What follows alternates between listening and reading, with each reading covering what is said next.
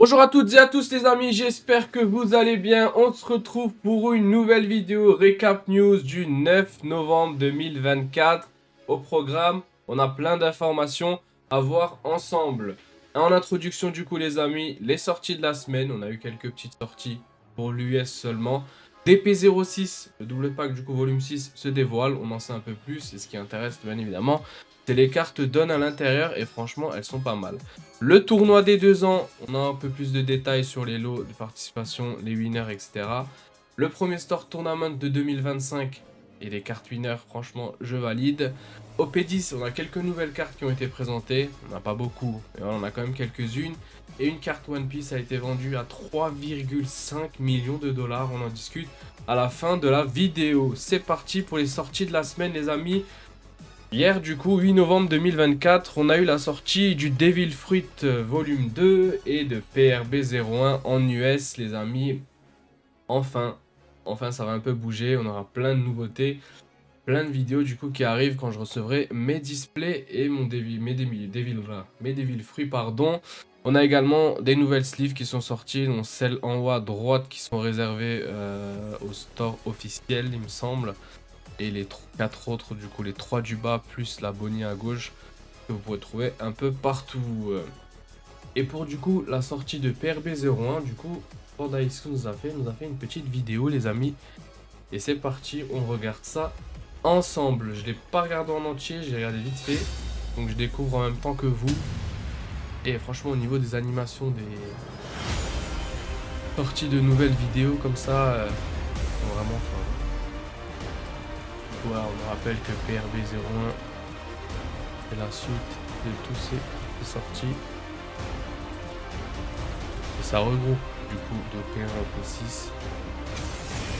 Tout ça dans le même booster. Voilà, une sorte de reprint.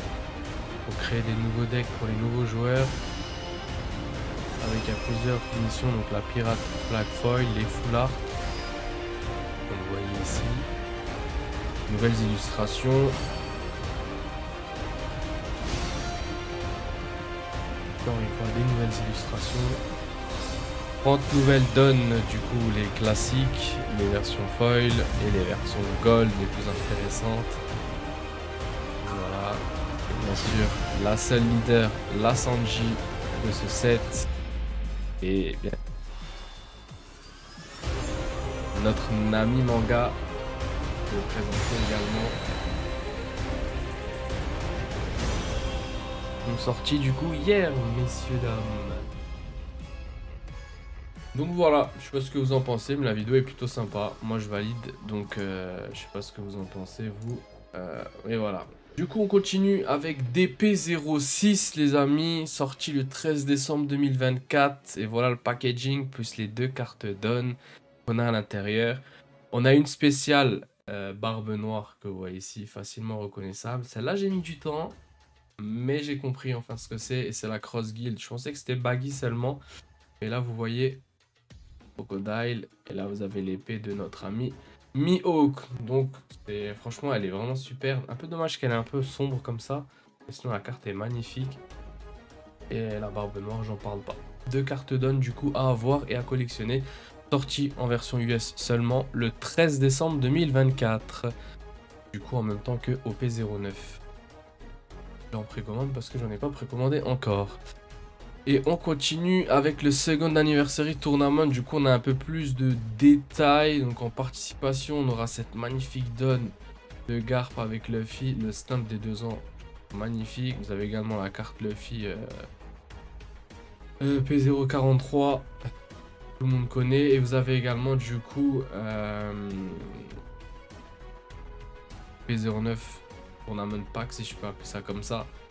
Tout simplement c'est tout ce qui est carte commune, une commune, etc. avec le stamp des 2 ans sur la carte. Voilà. Tout simplement il n'y a rien de différent. Et voilà, il y en a qui collectionnent ça. Donc faites-vous plaisir. Et en winner les gars, les 3 du coup cartes des 3 frères du coup d'ST13. Et franchement elles sont magnifiques. Avec également le stamp des 2 ans. Donc ceux qui vont participer au tournoi, vous avez de la chance. Donc du 6 au 27 décembre 2024, Encore une fois, pour la version US, on n'aura pas beaucoup de choses, on n'aurait quasiment rien du tout pour nos amis qui font du Jap dans cette vidéo. On continue du coup avec le Store Tournament 2025 volume 1. Du coup, c'est le premier tournoi de l'année 2025 et je crois, j'ai l'impression qu'ils ont changé du coup les boosters. Maintenant, ils les appellent Tournament Pack 2025 alors qu'avant, c'était ça s'appelait pas comme ça. Mais tant mieux, comme ça au moins on sait qu'au niveau de quelle année, etc. Parce qu'au bout d'un moment, quand ils les appellent volume 8, 9, 10, 15, on s'en sort plus. C'est mieux qu'ils nous mettent l'année avec volume 1 pour le premier trimestre, volume 2 pour le deuxième, troisième, quatrième, voilà, c'est plus simple. Donc les 4 cartes que vous avez du coup quand vous participez, et du coup leur version winner, et les winners elles sont magnifiques, franchement, rien à dire, je valide fortement. Donc notre Charlotte Pudding, notre ami Sanji, Hitokiri, Kamazo, connu sous le nom de Killer, et de Kaku, CP0, tournoi du coup du 1er janvier au 31 mars 2024, donc premier trimestre, pardon 2025, petite erreur de ma part, donc premier trimestre 2025, les amis.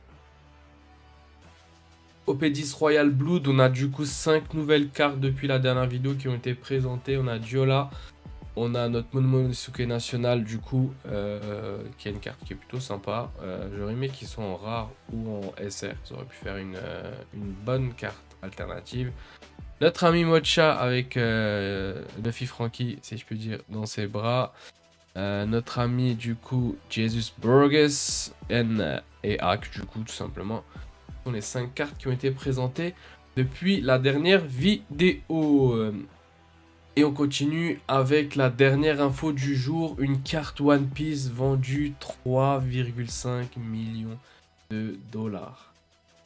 Yoron Quick, du coup, qui est le winner du World Championship l'année dernière, donc le numéro 1 mondial jusqu'au prochain tournoi, a du coup vendu sa carte winner, vendu 3,5 millions. C'est une somme colossale, une carte qui est du coup gradée Beckett 9,5.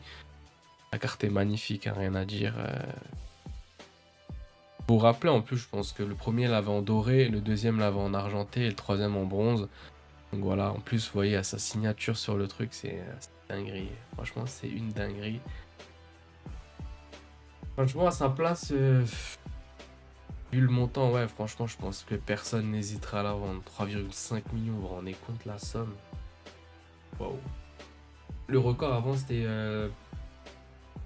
plus de 100 000. Vous vous rappelez, c'était la Kaido qui était arrivé deuxième au un tournoi. Et là, maintenant, le mec vend sa carte World First. À ce prix-là, c'est démentiel. Pour le TCG, c'est une très bonne nouvelle. Sachant que tout TCG réuni, c'est la carte la plus chère de l'histoire. Donc, pour dire. Donc, ça permet d'attirer des personnes qui vont collectionner. Après, il y aura aussi des scalpers, des gens qui vont faire de l'argent sur le jeu. Ça, c'est sûr, il y en a comme pour tout. Ça permet d'attirer plus de collectionneurs et du coup d'avoir plus de produits, d'avoir...